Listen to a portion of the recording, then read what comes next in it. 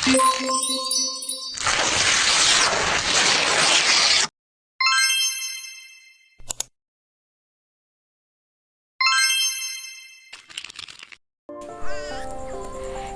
ini selalu menarik untuk kita perbincangkan, karena setiap tahunnya isu gender itu selalu ada dan selalu naik.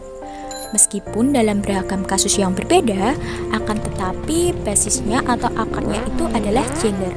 Mengapa kita perlu membahas mengenai isu kesetaraan gender? Padahal, kalau kita lihat di era ini, kesempatan antara laki-laki dan perempuan itu sudah sama. Hak-hak dan juga akses pendidikan antara laki-laki dan juga perempuan itu sudah sama.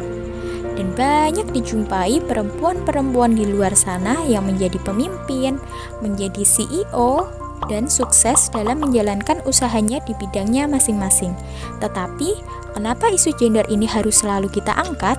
Jadi, jawabannya adalah bahwa belum semua kalangan itu aware sama isu kesetaraan gender. Realitanya, banyak sekali kasus-kasus terhadap perempuan yang mana kalau kita bicara mengenai ketimpangan gender, lazimnya korbannya adalah perempuan. Baik itu kekerasan yang bersifat fisik, psikis, seksual, dan lain-lain. Ada 4 topik yang akan dibahas. Yang pertama, konsep dasar gender. Yang kedua, gender sebagai kebijakan pemerintah Indonesia. Yang ketiga, gender dalam budaya Bugis Makassar. Yang keempat, gender dalam Islam. Yang pertama adalah konsep dasar gender. Gender sendiri berarti perbedaan antara laki-laki dan perempuan yang dibangun secara sosial dan kultural yang berkaitan dengan peran, perilaku, dan sifat yang dianggap layak bagi laki-laki dan perempuan serta dapat dipertukarkan. Selanjutnya adalah jenis kelamin. Jenis kelamin adalah perbedaan biologis antara laki-laki dan perempuan yang berkaitan dengan alat dan fungsi reproduksinya. Alat dan fungsi ini adalah pemberian Tuhan yang tidak dapat dipertukarkan. Patriarki adalah sebuah sistem struktur sosial dan prakteknya di mana laki-laki mendominasi, menekan, dan mengeksploitasi perempuan. Contoh budaya patriarki yaitu pembagian kerja berdasarkan gender di mana adanya perbedaan tugas, hasil, dan nilai antara laki-laki dan perempuan. Gender sebagai kebijakan pemerintah Indonesia.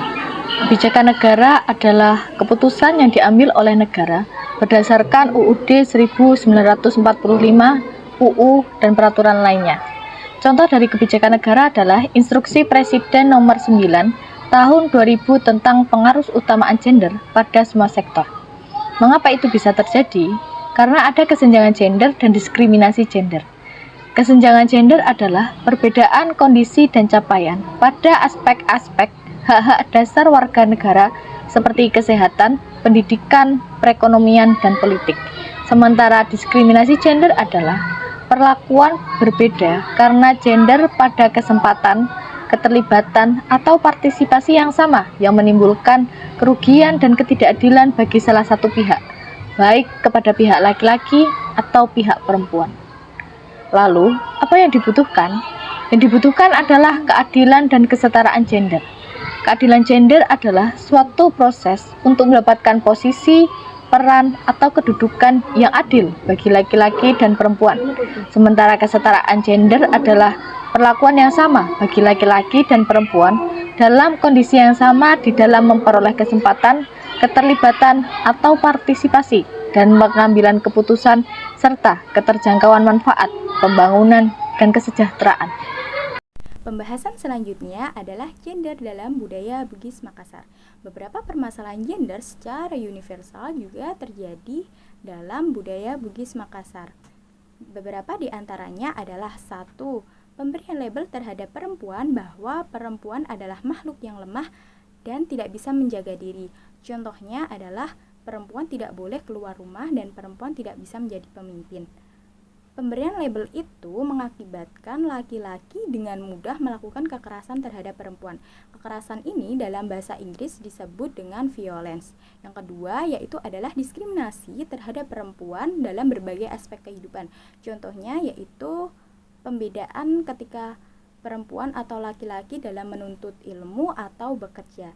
Yang ketiga adalah beban berlebih atau beban ganda, di mana seorang perempuan yang sudah berumah tangga akan mendapatkan beban berlebih, yaitu ketika dia bekerja, lalu dia pulang dan dia akan mengerjakan pekerjaan rumah tangganya. Karena menurut laki-laki atau menurut suami, pekerjaan rumah tangga itu adalah tanggung jawab seorang perempuan atau istri. Yang keempat adalah marginalisasi atau peminggiran wanita, bahwa wanita yang tidak menikah atau janda tidak akan mendapatkan bantuan secara material ataupun teknik. Dan yang terakhir adalah subordination atau penomorduaan. Jadi, wanita yang bekerja ini sebagai pencari nafkah tambahan. Lalu dalam subordination ini juga sangat terlihat ketika kita bekerja, yaitu adanya posisi jabatan karir dan juga gaji. Pembahasan terakhir adalah gender dalam Islam. Agama Islam merupakan agama yang komprehensif. Islam ini mengatur seluruh aspek kehidupan manusia dan juga isu kesetaraan gender atau gender equality. Gender equality ini merupakan produk dari universal value dalam Islam. Apa sih universal value itu? Universal value adalah nilai-nilai yang harus ada dan tidak boleh memandang waktu dan juga tempat. Nah, Islam ini sudah mengatur isu kesetaraan gender dalam Quran Surat Al-Hujurat ayat 13 yang berbunyi, A'udzubillahi minasyaitonirrajim. Bismillahirrahmanirrahim. Ya ayyuhan nasu inna khalaqnakum min zakarin wa unsa wa ja'alnakum syu'uban wa qabaila lita'arafu.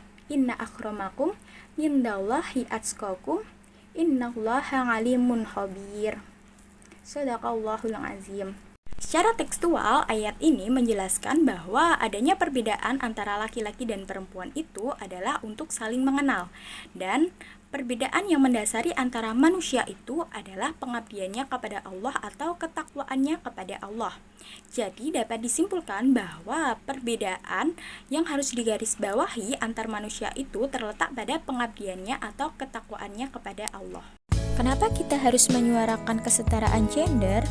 Yang pertama, agar kasus-kasus yang terjadi kekerasan terhadap perempuan yang berbasis gender itu lenyap. Yang kedua, membangun kepercayaan diri kepada seluruh perempuan, khususnya di Indonesia, untuk selalu mengoptimalkan potensinya. Yang ketiga, agar orang tua dan pendidik tidak membeda-bedakan akses pendidikan antara perempuan dan laki-laki.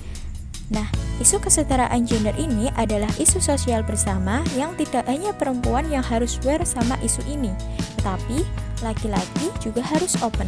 Karena problem ketimpangan gender itu adalah problem sosial yang harus kita berantas secara bersama-sama. Sebagai warga negara, kita ciptakan lingkungan yang ramah terhadap perempuan agar perempuannya bisa percaya diri, bisa membangun potensinya, dan tercipta perempuan-perempuan yang maju, agar Indonesia juga semakin maju.